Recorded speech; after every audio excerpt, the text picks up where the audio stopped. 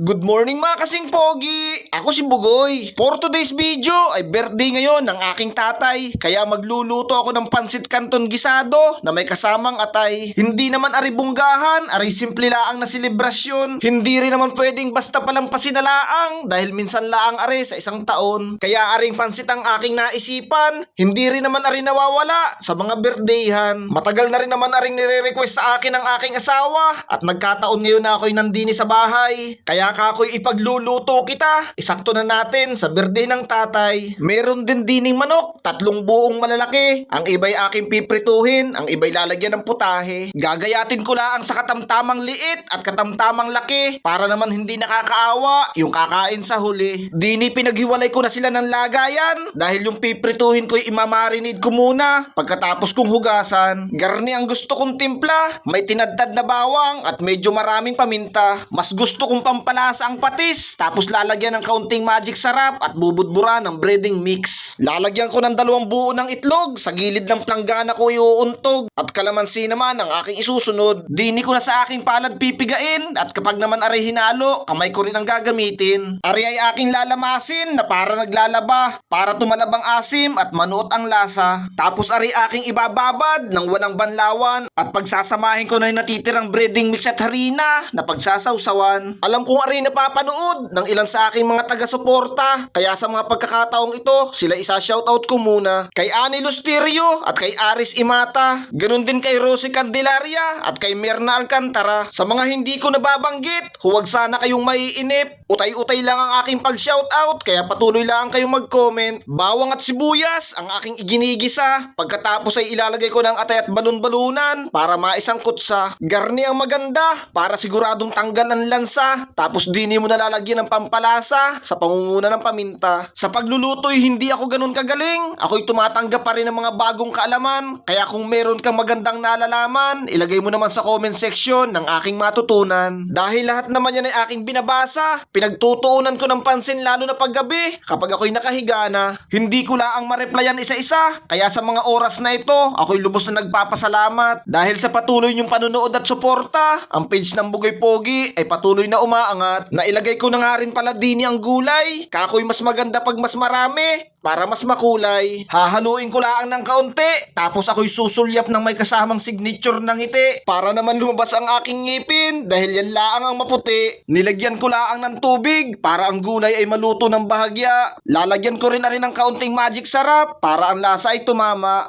Ngayon ari aking aahonin gamit ang salaan. Ilalagay ko muna sa isang malinis na planggana at sabaw ang maiiwan. Dadagdagan ko naman ari ng tubig at panibagong timpla. Maglalagay ako ng isang nor chicken at dagdag na paminta. Oyster sauce, lagi akong gumagamit. Masarap ari sa adobo, masarap din sa pansit. Ngayon lang ako nakapagluto ng mga garning kanton. Kalimitan sa mga niluluto ko ay miki, minsan naman ay bihon. Hindi naman naglalayo sa timpla, nahirapan lamang ko sa pagtatansya. Kaya nakailang dagdag ako ng tubig dahil ari na iiga. Akala ko nung una ay marami na ang aking mga inihandang atay at gulay, pero biglang kumonte nung aking mailagay. Sa sobrang dami ng kanton, mistulang sila'y nagtago. Hindi na sila maaninag, lalo na nung aking mahalo. Pero walang problema. Ang mahalagay meron kami mapagsasaluhan ng aming pamilya. Kaya aray titikman ko muna. Tapos yung mga manok naman ay piprituhin ko na. Pihong tumalab na ang lasa nung manok na binabad ko kanina. Kaya ngayon pinapagulong ko naman sila sa pinaghalo kong breading mix at harina. Dahan-dahan ko lang aring lulutuin para siguradong luto ang gitna, hindi pwedeng biglain. Dini ko iginugol ang aking oras. Nagugutom na ang aking asawa, pero una niyang pinakain si Lucas. Kaya habang nagluluto ako na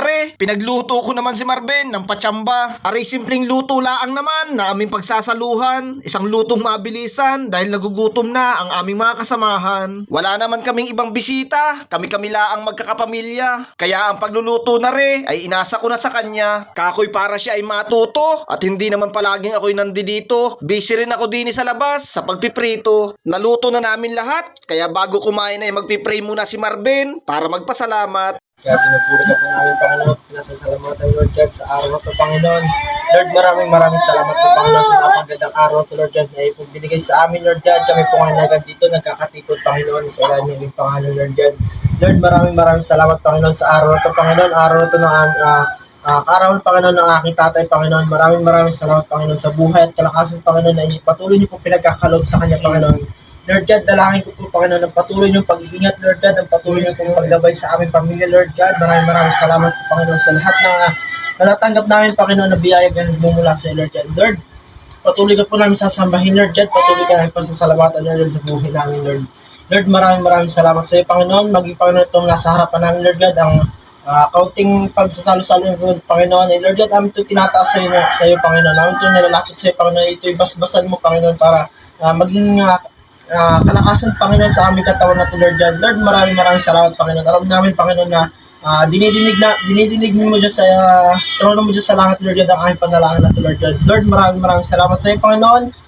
Magpatuloy ka po, Panginoon. I-bless mo po, Panginoon, ang pamilya namin, Lord God. At amin, Lord God, kiniklaim na po ang katagumpayan, Lord God, ng aming dalangin na ito, Lord.